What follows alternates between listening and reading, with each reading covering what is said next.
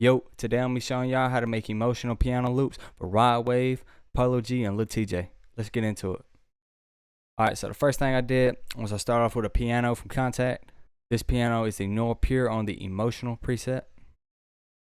I put a channel EQ on this, took out some of the mids, boosted some of the highs, and then I threw a Valhalla Vintage variable on that too.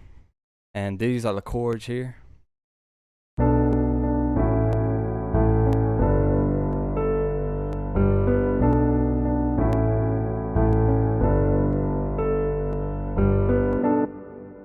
Alright, so them are the chords. I'm just going to dupe this and we're going to create something similar to this, okay?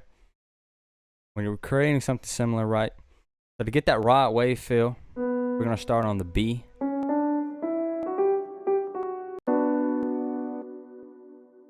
And I'm going to come it down here, so it's dum. Notice that it's one little section before it hits the 2. Then I'm going to come down another note. Create something similar here.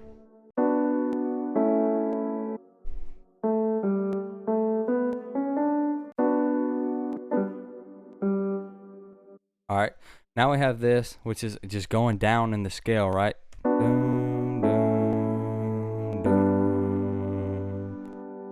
Something similar to what I created. To add a little bit of a more emotional feel, what you can do is come up here to the top and put like these little top notes here. Put these little notes up here, the higher notes. You gotta figure out which notes are gonna sound good with it, obviously. But for the type of feel you're going for.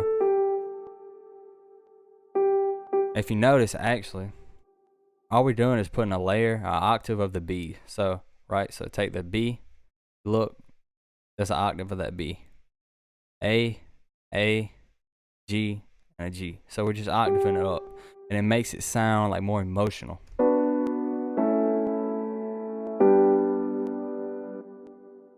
And alright, so the way you get your chords, like you want movement in your chords when you're doing with the RodWave and stuff like that. So how you do that is come in here and I'm like dum dum dum dum.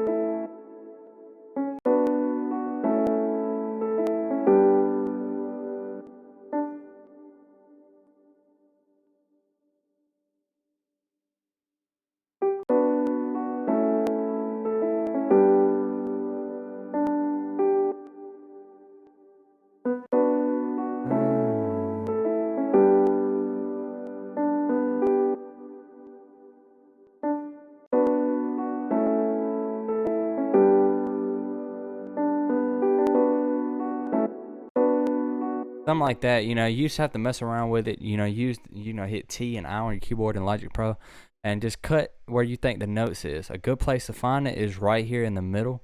There's a good place to put like notes. You just gotta have to feel for it and what sounds good. As long as you're using the notes in the triad here, it's always gonna sound good. Like it's never gonna sound out of key or anything like that. Just come in here, put a little foundation of the triads down, put some notes on top, and then use the slice tool and add a little rhythm to it. Next, after I got the chords down, I freestyled a piano melody on my keyboard here, and this is what that sounds like. Same piano and the same setting as the effect setting as the chords. And this is what that sounds like.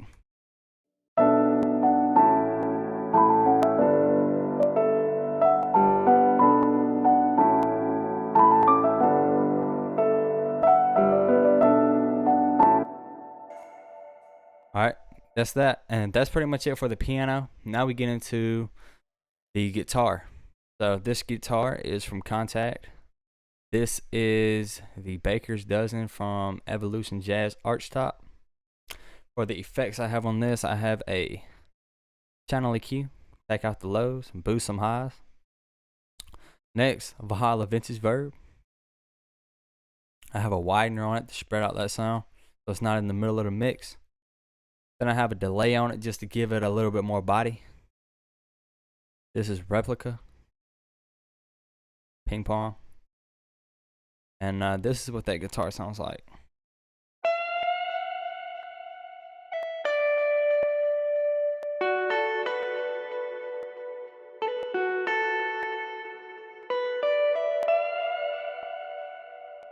Next, we're moving on to the vocal chop. This vocal chop is from Splice. And I'll let y'all hear it with the sounds we got now.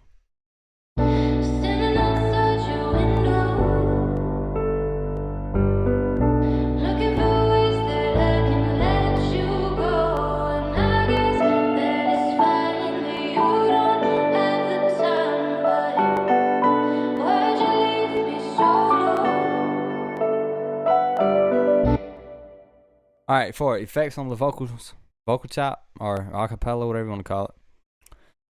Always when you're doing vocals and shit with these RodWaves, emotional beats, you want to take out the low and the high. Some of the high. You don't want to take out all the high. You want the kind of middle frequency, depending on, I guess, the vocalist. You know what I'm saying?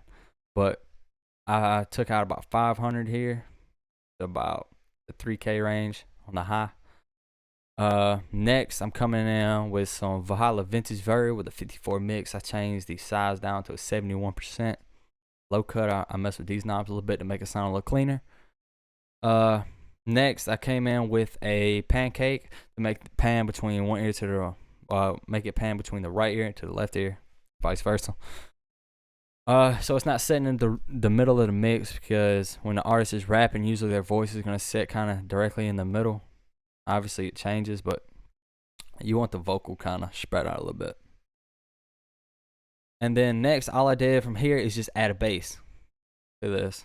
And the bass here, nothing's crazy. It just follows the root notes of the piano. So if I take these down, it's just the root notes on the piano. I just pitched this up because the bass would have been too low and it would sound real muddy.